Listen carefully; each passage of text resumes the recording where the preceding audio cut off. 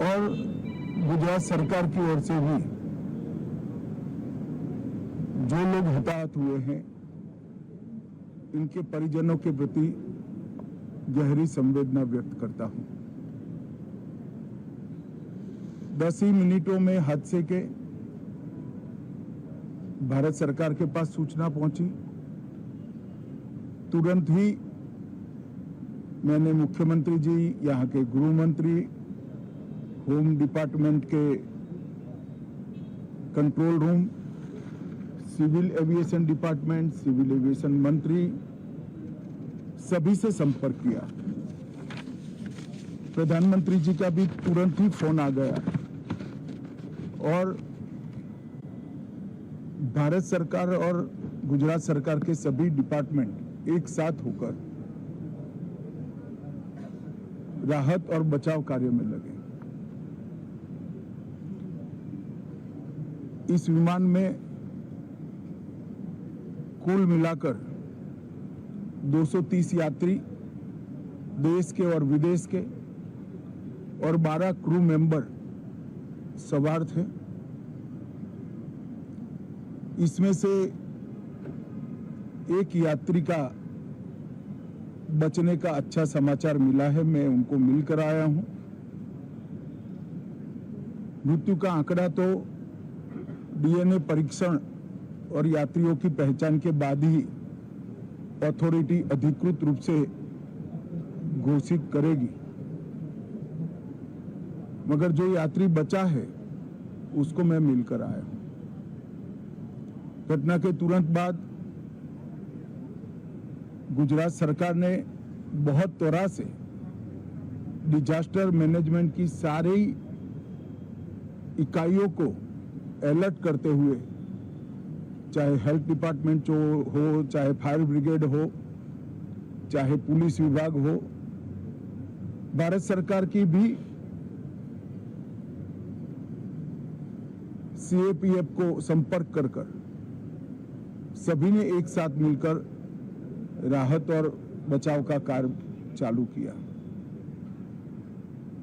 मगर 1.25 लाख लीटर ईंधन विमान के अंदर ही था और लगभग गर्मी, तापमान इतना ऊंचा हो गया कि किसी को बचाने की मौका ही नहीं मिला। अब मैं घटना स्थान पर भी जाकर आया हूं। सारे यात्रियों के मृतदेह को बाहर निकालने का काम लगभग समाप्त हो चुका है। जितने यात्रियों के परिजन यहां पहुंच चुके हैं वो सबका डीएनए लेने की कार्यवाही भी 2-3 घंटों में समाप्त हो जाएगी।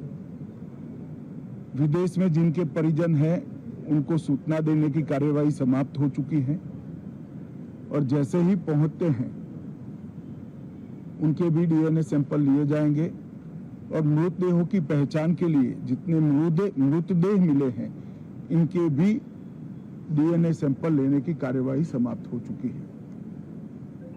गुजरात में ही लगभग 1000 के आसपास डीएनए टेस्ट करने पड़ेंगे। ये सभी टेस्ट करने की क्षमता गुजरात में विकसित है, तो डीएनए टेस्टिंग के लिए कहीं गुजरात के बाहर जाने की जरूरत नहीं पड़ेगी।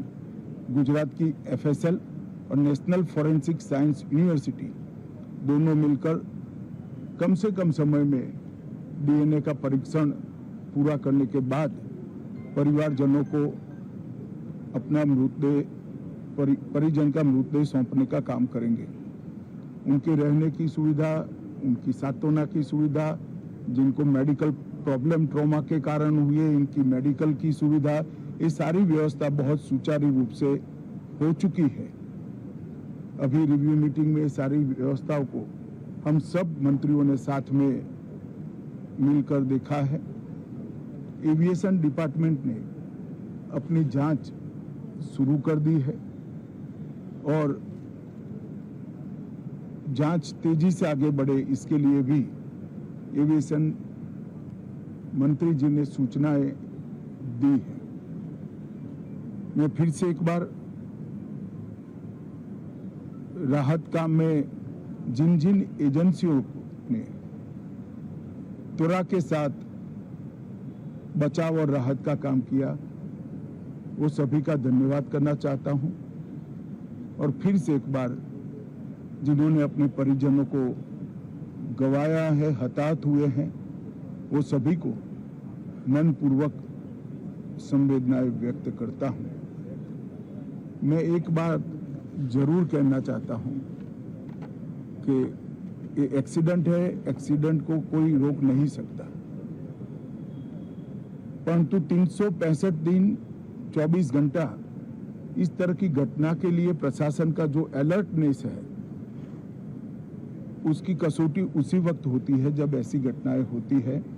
और आज गुजरात के डिजास्टर मैनेजमेंट की तैयारियों का एक प्रकार से दुर्भाग्यपूर्ण तरीके से मगर कसौटी हुआ और बहुत त्वरा के साथ यहाँ पर काम किया गया, वो पूरे देश के मीडिया के सामने और परिजनों के सामने भी आया है।